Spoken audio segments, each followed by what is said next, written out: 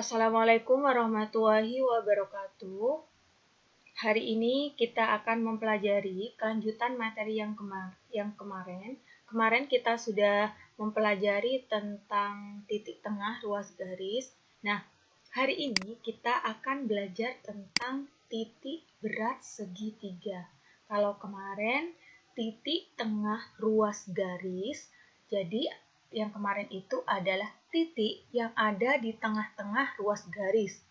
Kalau sekarang adalah titik yang berada di tengah segitiga, yang dinamakan dengan titik berat segitiga. Nah, titik berat segitiga ini titik yang seperti apa? Coba kita lihat. Nah, untuk membuat suatu segitiga di koordinat kartesius, kalau di buku kalian, ini ada di halaman 63. Dalam koordinat kartesius, untuk membuat segitiga, kita harus memiliki minimal 3 titik untuk bisa membuat segitiga. Nah, misalnya di sini ada titik A, B, dan C. Baru ini bisa kita buat sebuah segitiga. Nah, titik berat itu yang mana? Titik berat itu adalah titik yang di tengah-tengah ini, yang warna hitam ini yang dinamakan titik berat. Titik berat ini adalah titik potong dari ketiga garis berat dari segitiga ABC ini. Yang dinamakan garis berat itu yang mana? Garis berat adalah garis dari titik sudut yang membagi sisi segitiga menjadi dua bagian yang sama. Nah, di sini ada garis berat AE. AE ini membagi sisi BC menjadi dua bagian yang sama. Bisa dilihat ini sama. Kemudian, di sini ada garis berat CF. Nah, dari titik sudut C, kita lihat. Nah, ini garisnya membagi sisi AB menjadi dua bagian yang sama. Ini sama ya. Dan yang terakhir, ini ada garis berat BD, yaitu dari titik sudut B menuju sisi AC dan membagi sisi AC ini menjadi dua bagian yang sama. Nah, perpotongan dari ketiga garis berat ini dinamakan titik berat. Misalnya, saya beri nama titik beratnya di sini, saya beri nama titik G, ya. Nah, untuk mencari titik beratnya ini bagaimana caranya? Nah, sebuah titik dalam koordinat kartesius sudah pasti akan memiliki X-nya berapa, nilai X-nya berapa, kemudian Y-nya berapa. Nah, untuk mengetahuinya, kita bisa menggunakan rumus ini. Nah, ini prosesnya, proses penemuannya, ini ada di buku kalian, halaman 64. Nah, ini kok jika ada koordinat titik berat G pada segitiga ABC dengan koordinat, nah untuk mencari titik berat itu kita harus mengetahui dulu koordinat titik A, B, dan C-nya itu berapa. Baru kita bisa menentukan titik beratnya dengan cara bagaimana? Dengan cara menjumlahkan, jadi semua X yang ada di titik A, B, dan C ini kita jumlahkan ya. XA ini berarti koordinat X yang ada di titik A. XB koordinat X pada titik B. Dan XC ini juga sama, kemudian kita jumlahkan dan kita bagi 3. Untuk mencari Y-nya bagaimana? Sama. Jadi semua Y pada titik ABC itu dijumlahkan dan kita bagi dengan 3. Nah, untuk selanjutnya langsung ke contoh soal. Di sini ada contoh titik A 7,9, B min 4,2, dan C 12,-13 adalah titik-titik sudut pada segitiga ABC. Tentukan koordinat titik berat pada segitiga tersebut. Nah, ada sebuah segitiga ya. Kemudian koordinat titik-titik sudutnya itu sudah diketahui A, B, C, langsung saja kita kerjakan. Di sini titik A. Titik A-nya 7,9. Berarti XA di sini 7 sama dengan 7 dan YA-nya sama dengan 9. Jadi X-nya 7, X-nya di titik A 7, Y-nya di titik A sama dengan 9. Dan seterusnya, titik B, negatif 4, negatif 2. Berarti XB-nya min 4, YB-nya negatif 2. Kemudian yang ketiga, titik C. XC-nya 12, YC-nya sama dengan negatif 13. Setelah kita ketahui ketiga titiknya ini, X-nya setelah kita pilah dan Y-nya setelah kita pilah juga, langsung kita substitusikan ke rumus. Jadi, kita misalkan terlebih dahulu, titik berat pada segitiga kita beri nama G. Jika tidak ada nama di soal, titik beratnya itu namanya titik apa, kita bisa memberi nama terserah kita. Di sini saya memberi nama titik G. Titik beratnya itu adalah titik G. Berarti yang kita cari adalah X pada titik G ini. Untuk mencari XG sama dengan XA ditambah XB ditambah XY sama dibagi 3. Nah, XA-nya 7, kita ganti 7. XB-nya min 4, kita ganti min 4 ya. Kemudian XC-nya 12, kita ganti 12. Setelah itu kita operasikan, kita jumlahkan 7 ditambah negatif 4, itu hasilnya 3. 3 ditambah 12 itu hasilnya 15. 15 dibagi 3 sama dengan 5. Jadi X-nya adalah 5. Kemudian Y-nya berapa? Y-nya kita hitung juga dengan cara yang sama. YG sama dengan berarti YA ditambah YB ditambah YC. Jadi koordinat Y-nya pada semua titik, ke titik A, B, dan C kita jumlahkan ya.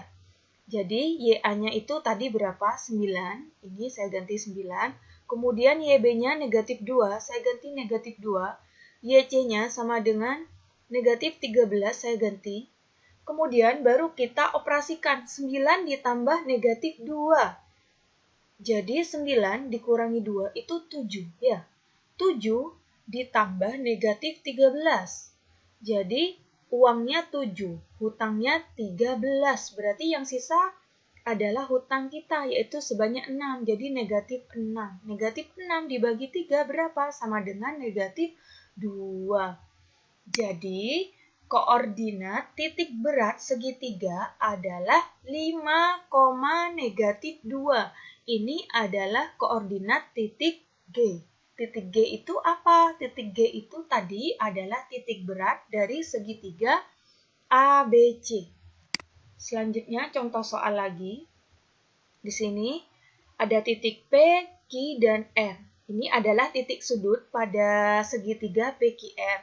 Dan ada titik G, N,4 adalah titik berat pada segitiga tersebut. Jadi, titik sudutnya itu diketahui dan titik beratnya ini juga sudah diketahui. Tapi di salah satu koordinat titik tersebut ada ini bukan berupa angka dan ini masih dalam bentuk aljabar ya. Jadi di titik beratnya ini X-nya itu bukan angka di sini tapi adalah N. Jadi sama, caranya sama, hanya kita tetap tulis sesuai dengan yang diketahui di soal. Yang pertama, titik sudutnya itu adalah titik P. P-nya ini 3,2 M. Jadi XP sama dengan 3 dan YP-nya sama dengan 2 M. Jadi tetap ya ditulis sesuai dengan soal. Kemudian yang kedua, titik Q. Di sini X-nya berapa? Negatif 4. Y-nya adalah negatif 5. Dan titik R di sini 10,9. X-nya 10, Y-nya 9. Dan titik berat G, ini adalah titik beratnya. Titik beratnya adalah N,4. Sehingga X-nya itu sama dengan N dan Y-nya sama dengan 4. Nah, setelah apa yang diketahui itu kita tulis ya, seperti ini, baru kita substitusikan ke rumus tadi. Nah, untuk mencari titik berat XG itu kan berarti karena di sini titiknya adalah PQR, kita ganti berarti kita ganti XP ditambah XG dan ditambah XR. Nah, setelah rumusnya kita tulis, kita substitusikan, kita ganti. Yang diketahui ini kita ganti dengan angka yang sesuai dengan yang kita tulis tadi. Jadi, XG-nya ini kita ganti dengan N, kemudian XP-nya kita ganti 3, XQ-nya negatif 4, dan XR-nya adalah 10. Kita operasikan yang bisa kita operasikan. 3 ditambah negatif 4 berarti negatif 1. Negatif 1 ditambah 10 berarti 9. Jadi N sama dengan ini 3 ditambah negatif 4 ditambah 10, ini hasilnya 9. Dibagi 3, tetap saya tulis. Jadi N sama dengan 9 dibagi 3 berapa? 3. Jadi N-nya ketemu 3. Untuk yang kedua, kita menggunakan Y, koordinat Y-nya yang kita cari. YG. X-nya tadi sudah, melalui rumus mencari koordinat X, kita menemukan N. Sekarang kita menggunakan rumus untuk mencari koordinat Y-nya, baru kita akan menemukan N-nya itu berapa. Jadi YG-nya ini kita ganti dengan 4, YP-nya kita ganti dengan 2M, YQ-nya min 5, dan YR-nya 9 ya. Ini saya tulis. Saya tulis sesuai dengan apa yang diketahui. Setelah itu, setelah kita tulis seperti ini, nah ini tidak bisa kita jumlahkan ya, karena di sini ada M-nya. Yang bisa adalah negatif 5 ditambah 9, ini bisa. Nah, karena ini ada pembagian, ini bisa kita kalikan silang. Jadi 4 ini kita kalikan dengan 3, sama dengan 12. Yang di sebelah ini, 2M plus min 5 ditambah 9, kita kalikan dengan 1. Karena di sini 4-nya ini tidak ada penyebutnya, berarti penyebutnya itu 1, berarti tetap. Setelah itu, kita operasikan yang bisa kita operasikan. Min 5 ditambah 9 sama dengan 4. Saya ganti di sini 4. Setelah itu, yang tidak ada M-nya di ruas kanan, kita pindah. Kita kumpulkan dengan angka 12 di sini. Plus 4 pindah ke kiri berarti jadi negatif 4. Sehingga 2M sama dengan 12 dikurangi 4. Sehingga 2M sama dengan 8. Baru kita bagi dengan 2, sama-sama dibagi 2. Jadi M sama dengan 8 dibagi 2, sama dengan 4. Jadi nilai M-nya sama dengan 4, dan nilai N-nya sama dengan 3. Nah, ketika ada hal yang belum kalian pahami, kalian bisa bertanya. Kemudian untuk lebih jelasnya, kalian bisa latihan soal sendiri. Di sini, di buku kalian itu ada latihan soal yang berkaitan dengan titik berat dan titik tengah. Nah, di buku kalian tinggal kalian cari sendiri ya. Di halaman 66, kerjakan yang menurut kalian itu mudah. Untuk hari ini, cukup sekian materi dari saya. Insya Allah hari Kamis kalian ini akan ulangan, dan hari Rabu besok akan kita review beberapa materi dan sambil melanjutkan materi yang terakhir. Sekian dari saya. Assalamualaikum warahmatullahi wabarakatuh.